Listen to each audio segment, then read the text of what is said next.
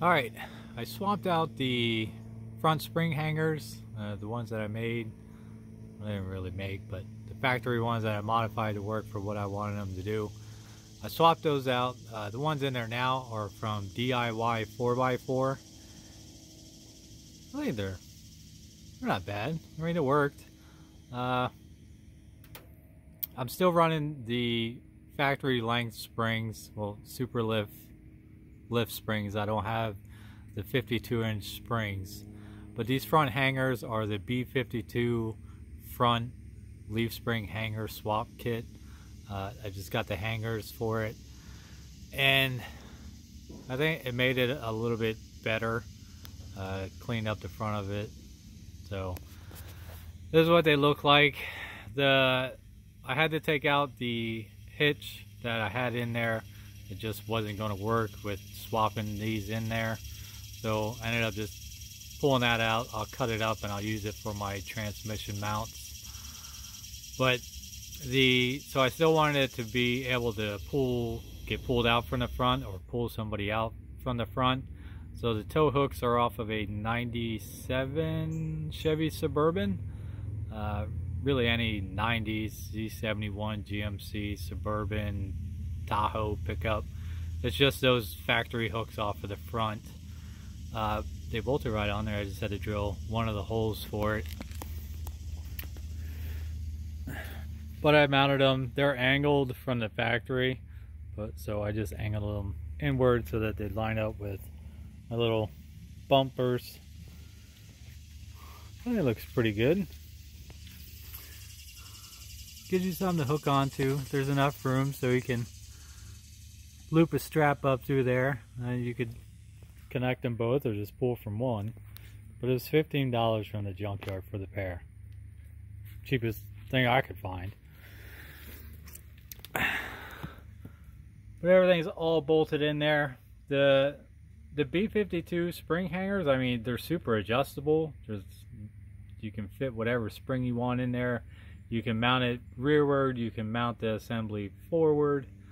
I have it mounted rearward just because I have bigger bolts in there, so I couldn't get it to fit.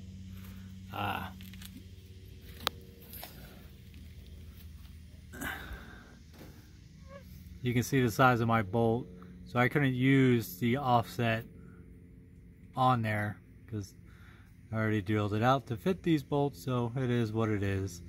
But I had to do some clearancing. This is the bolt that goes for the tow hook, so I could have two bolts in there.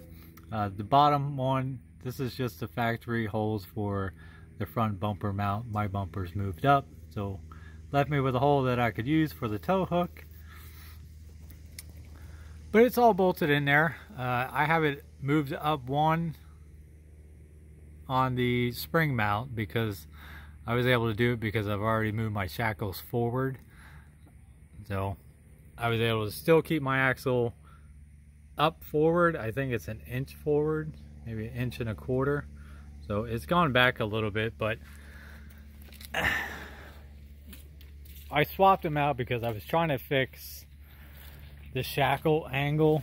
If you look at the first video I did, the 16-inch lift video, whatever the title is, if you look at my shackles, they were a lot farther forward. Before I swapped all this out, it was at 66 degrees. Now it's at 76, so I was able to pull this shackle back, at least give it more flex. I mean, before it was just kind of stuck right there. So it's not like 12-inch springs are going to flex. I can jack up one side of this truck in the front and the whole thing goes up. So they don't flex a whole lot. Front drive shaft is still that Dodge drive shaft that I got from a 90s Dodge 4x4. Ended up cutting it in half and welding it together with a piece of exhaust pipe. Before putting the hangers on and moving the axle a little bit farther back, the drive shaft was at 29. My new angle is 27, 26, 27. With the whole front of the truck jacked up, it drops to, I think, like 31, 32. So I'll still do a little bit of playing with it, but I mean, at least with this drive shaft, it gives me something to work off of. It's a double cardan drive shaft. It's pretty much the same as what I'd be getting aftermarket. It'll almost rotate with just the clearancing that I did in order to get this to go on there. It definitely won't rotate, I know that. But you can get some movement, so I would assume an aftermarket drive shaft would do pretty good. But I mean, I'm watching my caster, I'm watching my pinion angle. I'm trying not to get this diff too rotated up to where it's not going to have oil on that rear bearing. I'm not overly concerned because it's just not spinning all the time. It's only spinning when you have the hubs locked. So, but the only thing to point out, if you use these brackets, this opening is 3 inches. The factory one with these super lift springs and the bushings that you would use for these are 3.5 inches. So you have to get the 3-inch spacer for inside of the leaf spring. I ordered bushings to see if these would work. These are bushings for the rear springs, and I figured it should be almost the same size. They will fit in there, but it's just too tight and it didn't work. I tried getting it to work. So DIY said take the bushings that I have, which are just bushings for super lift springs, and grind them down. And that's what I ended up doing. 36 grit flapper disc on an angle grinder, and basically just sit there and grind them down.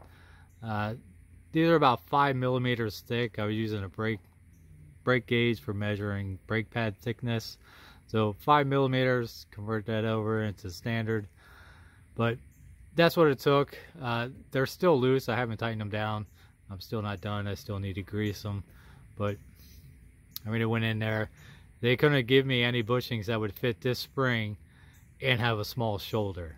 So that's why I ended up having to do what he said to do and just take a flapper disc and grind it down. I mean, my truck was wrecked in the front. You can see the video when I first got the truck. So it's not like my front half of the frame rails are really the best condition. You can see the gap between the rear of that bracket and the bottom of the frame. It's the same on both sides. I tried moving the bracket forward. It didn't make a difference. Still had the same gap. So the front squeezed together, but at the rear I ended up having to put that washer in there. It's just one of them thick hardened washers. So all that's in there. Oh, I got all the bigger bolts are in. They're torqued down. It's pretty much, this front half is done. I just got to finish bolting the bumper on and see what it is. Mount to mount on the drive shaft from the transfer case to the axle is 36 inches. So the front drive shaft's pretty long. So a little bit of tweaks. I think I like the tow hooks the most. Pretty fancy looking. I was going to get that the bottom piece for underneath the bumper, but now that I got them hooks on there, I don't even think I want to put that on there. I think it looks pretty fancy like that. Everything's all painted black. I had to redo the axle, but for the most part it looks pretty good. That's it. That's my update.